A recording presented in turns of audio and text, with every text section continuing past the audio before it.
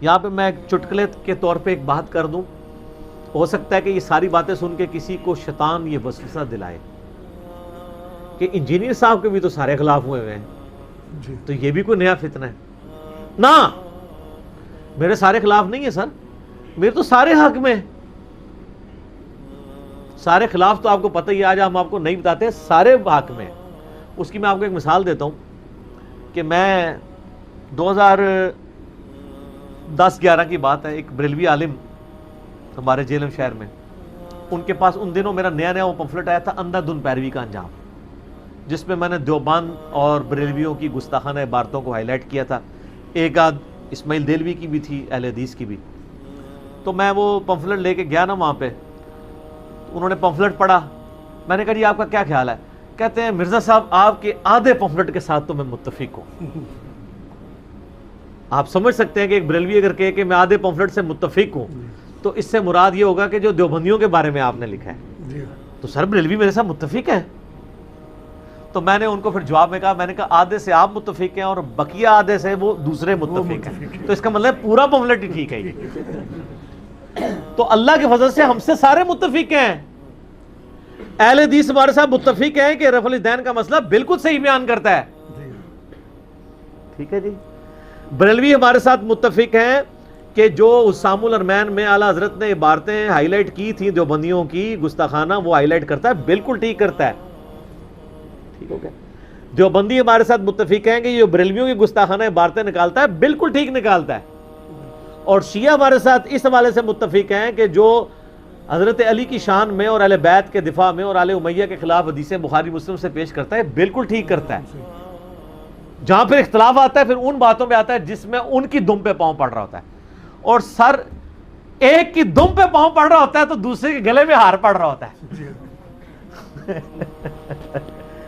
یہ حقیقت بات ہے۔ رفع الیدین کے مسئلے میں اگر دیوبند اور بریلویوں کی دم پہ پاؤں آ رہا ہوتا ہے نا تو اہل حدیث کے گلے میں ہار جا رہا ہوتا ہے، ٹھیک ہے۔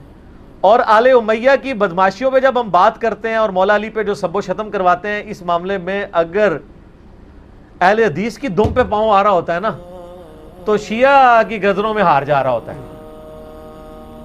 اور جب ہم توحید کے اوپر بات کرتے ہیں اور ہم کہتے ہیں کہ مولا علی کا مطلب یہ نہیں کہ یا علی مدد کہو، اللہ کو پکارو، مولا علی بھی اللہ کو پکارتے تھے، تو اس سے اہل حدیث کے گلے میں ہار جا رہا ہوتا ہے اور شیعہ کی دم پہ پاؤں جا رہا ہوتا ہے۔ تو اللہ کے فضل سے میرا یہ دعویٰ ہے، اور میں نے یہ اپنا لیکچر ریکارڈ کروایا تھا مسئلہ 179 انجینئر محمد علی مرزا عوام الناس کی عدالت میں، جس میں نے کہا تھا کہ میرے مرنے کے بعد بھی سینکڑوں سال بعد بھی اگر میری ذات اور دعوت حق پہ کوئی سوال ہوئے نا 20 سے باہر نہیں ہوں گے۔ آج تک اللہ کے فضل سے یہ 3 سال ہونے کو آئے ہیں، کوئی سوال باہر نہیں اس سے جا رہا۔ 2016 کے اندر ریکارڈنگ ہوئی تھی، 2017 میں 2 سال ہونے کو آئے، اور اللہ کے فضل سے ہم نے ایک ایک چیز اس میں ریکارڈ کروا دی تھی۔ اس میں نے بار بار یہ بات کی تھی کہ میرا کوئی ایک نظریہ ایسا بتائیں جو میں نے امت میں نیا لانچ کیا ہو، کوئی ایک۔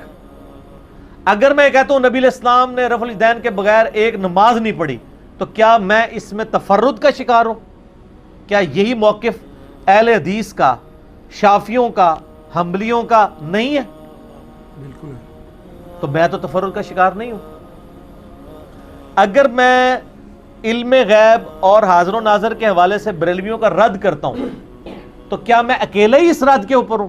کیا دیوبند میں بھی کچھ لوگ اور اہل حدیث کی اکثریت اس مسئلے میں میرے والا موقف نہیں رکھتی ہے؟ وسیلہ اور توسل کے معاملے میں جو میں موقف اڈاپٹ کرتا ہوں، کیا اہل حدیث کا وہ موقف نہیں ہے؟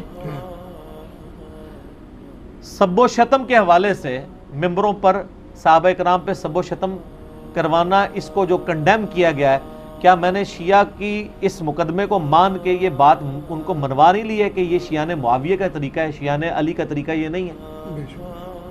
تو یہ بات ان کو تو پتہ ہی تھی نا۔ تو کوئی ایسا نظریہ نہیں ہے جس میں میں تفرد کا شکار ہوں، تو ہمارے ہر نظریے کے ساتھ کوئی نہ کوئی مکتبہ فکر متفق ہے، اور ہماری ہر بات کے ساتھ کسی مکتبہ فکر کے گلے میں ہار پڑ رہا ہوتا ہے اور کسی مکتبہ فکر کی دم پہ پاؤں پڑ رہا ہوتا ہے۔ کوئی نئی بات نہیں ہے۔ اب آ جائیں آپ قادیانی یا جھوٹا دعوی نبوت کرنے والے لوگ، یہ جو نظریات پیش کر رہے ہیں نا، امت میں 1400 سال میں ان کے ساتھ کوئی نہیں کھڑا ہوا، کسی نے ختم نبوت کا مطلب یہ نہیں لیا۔ تو جب یہ عالمی فتنے اٹھیں گے تو انشاءاللہ آپ دیکھیں گے اس لیول. ویسے اصولی باتیں میں نے کر دی ہوئی ہیں.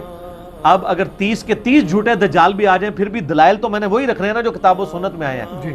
جسے فٹ اسے گفٹ. قادیانیوں کے خلاف میں نے جو دلائل کھڑے کیے ہیں اور اس کی وجہ سے اللہ کا فضل ہے کئی لوگوں نے دعوت حق قبول کیا ہے یا کم از کم ڈیفینسو موڈ میں چلے گئے ہیں. ٹھیک ہے.